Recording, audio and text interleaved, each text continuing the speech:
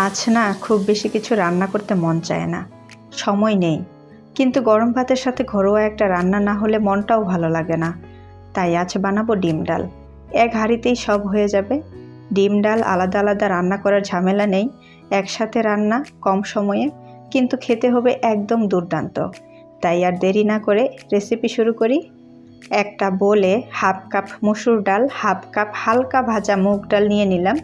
এরপর নর্মাল পানি দিয়ে ভালো করে ঘষে ঘষে ডালটাকে পরিষ্কার করে নিতে হবে। তারপর 2 থেকে 3 বার পানিটা পাল্টে ডালগুলোকে ভালো করে ধুয়ে নিব।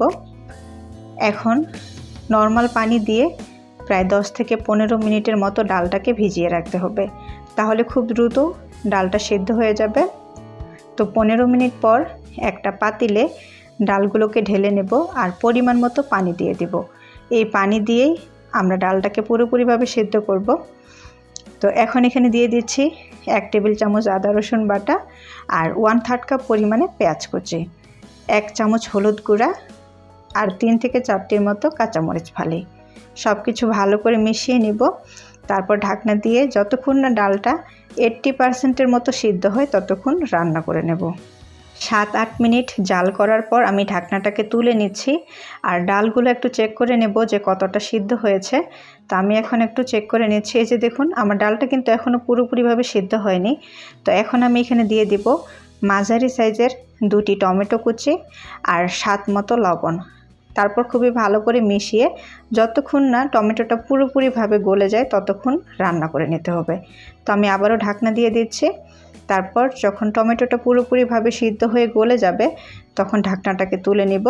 আর এখন দেখুন ডালটা কিন্তু পুরোপুরিভাবে সিদ্ধ হয়ে গেছে, অনেকটা গলেও গেছে। আর এই পর্যায়ে চাইলে আপনারা ডালটাকে একটু ঘুটে দিতে পারেন, তবে ঘুটানোর দরকার পড়ে না, এমনিতেই ডাল আর টমেটো খুবই সুন্দরভাবে সিদ্ধ হয়ে গলে যায়। তারপর ডালটাকে আমি নামিয়ে নিয়েছি।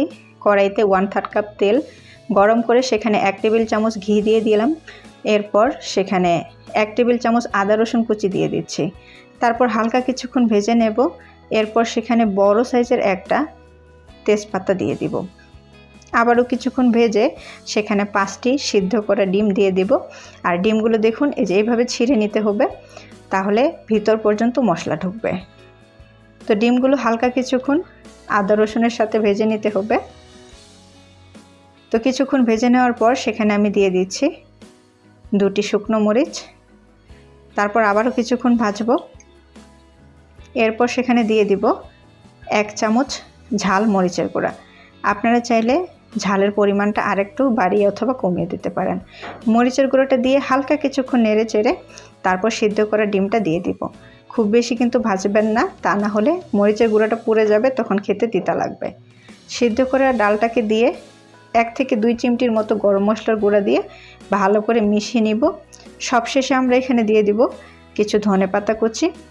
তারপর সব কিছু ভালো করে মিশিয়ে 1 থেকে 2 মিনিটের মতো রান্না করে নামিয়ে নিতে হবে।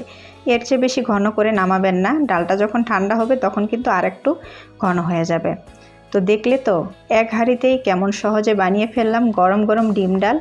সময়ও বাঁচলো, ঝামেলাও কম, আর খেতে আহা, ঘরে সেই চেনা স্বাদ। তোমার যদি ভালো লেগে থাকে একটা লাইক আর সাবস্ক্রাইব করে পাশে থেকো। কমেন্টে জানিও তুমি কবে বানাতে যাচ্ছ এই ডিম ডাল। আবার দেখা হবে নতুন কোনো ঘরের গল্প, নতুন রেসিপি নিয়ে। ভালো থেকো, সুস্থ থেকো, আর হ্যাঁ, মনটা যেন সবসময় গরম ভাতের মতো নরম থাকে। চ্যানেলে নতুন হলে সাবস্ক্রাইব করতে ভুলবে না কিন্তু।